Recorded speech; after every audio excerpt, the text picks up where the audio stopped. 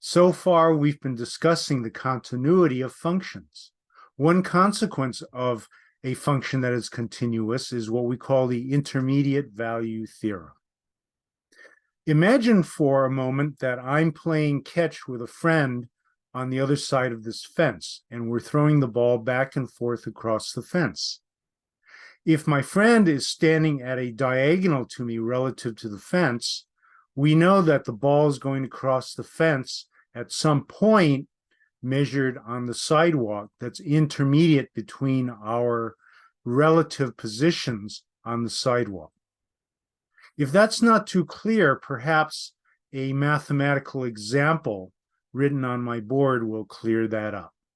Let's go ahead and take a look at that. But before we get into that, please remember to subscribe to this channel and like this video. Subscribing to my channel and liking my videos helps support this channel so I can continue to bring educational content to you. Now let's get started. Here I've illustrated the ball and fence that I just discussed.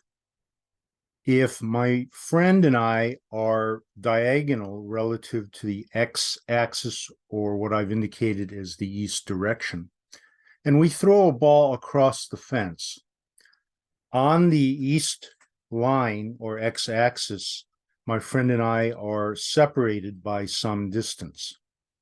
Likewise, our relative north-south positions are also different. The path of the ball that we throw is clearly continuous between when I threw the ball and my friend caught the ball. But again, our relative positions are not equal. Then we know that there's some point that the ball will cross over the fence. On the north-south line, we can say that that point is labeled B, and it's between my north-south position and my friends. And if I go backward to the crossing point, then we can say there exists some point on the east-west line, or the positive x-axis, where the ball will cross, and it's going to be between me and my friend. And that's what the intermediate value theorem is all about. The intermediate value theorem, or IVT for short, is an example of an existence theorem. In this course, you'll come across a few existence theorems. This is the first.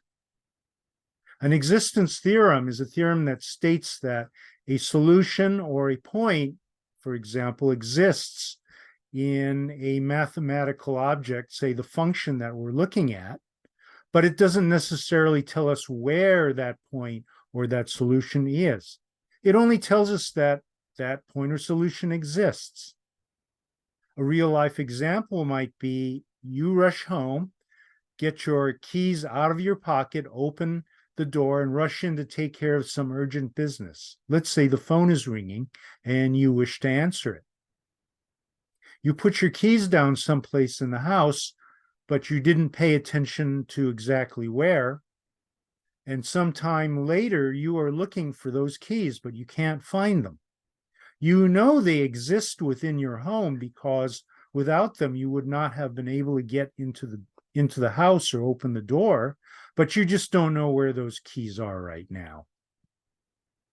The intermediate value theorem, an existence theorem, states that if a function f of x is continuous on a closed interval ab, where f of a does not equal f of b, and there exists a number k between f of a and f of b, then there exists at least one number c within the open interval ab, such that f of c equals k. That all sounds very mathy.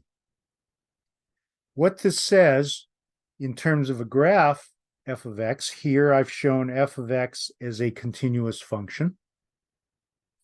We note that we have the interval that f of x exists on from a to b, and this is a closed interval.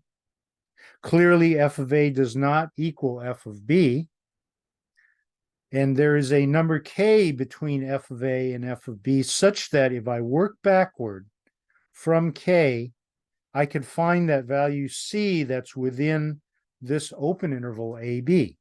And we note plugging C back into f of x, we arrive at f of C. That's all this theorem says, that this number C exists someplace. Notice it didn't tell us where. It happens to be here for this example, but it could have been anywhere within this interval.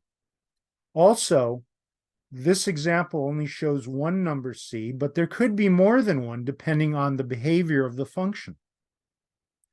Let's apply the intermediate value theorem to a problem that you might encounter in calculus class. An application of the intermediate value theorem that we might encounter in calculus class is the following. Given this function, one that I made up, f of x equals minus 2x squared plus 12x minus 10, use the intermediate value theorem to determine if there are any roots on the interval 0 to 3. Notice that the question did not ask to determine the roots, only do they exist? Are there any? In order to use the intermediate value theorem, we must make sure that the criteria for the intermediate value theorem are met. The first criterion is the function f of x continuous on 0 to 3? This is a polynomial, and the answer is clearly yes, and in fact, polynomials are continuous everywhere. The next thing we want to do is make sure that f of a does not equal f of b. If we plug in 0 into this function, we get negative 10. And if we plug in 3, we get positive 8. Clearly, f of a does not equal f of b, or more specifically, f of 0 does not equal f of 3.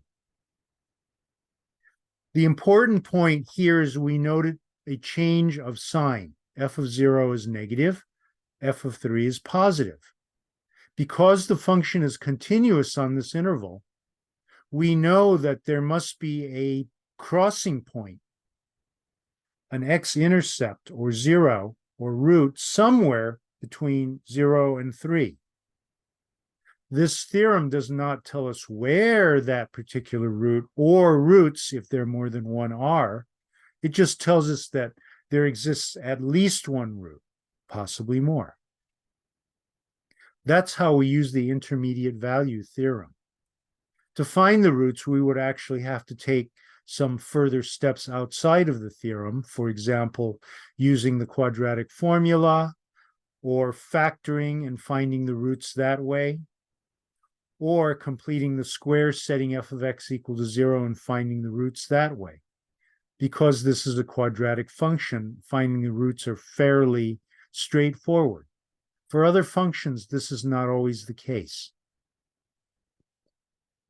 Now that we've learned a little bit more about continuity and the intermediate value theorem, here's a question for you.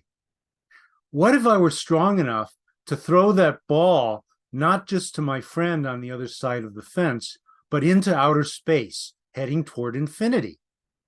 That's the subject of the next video.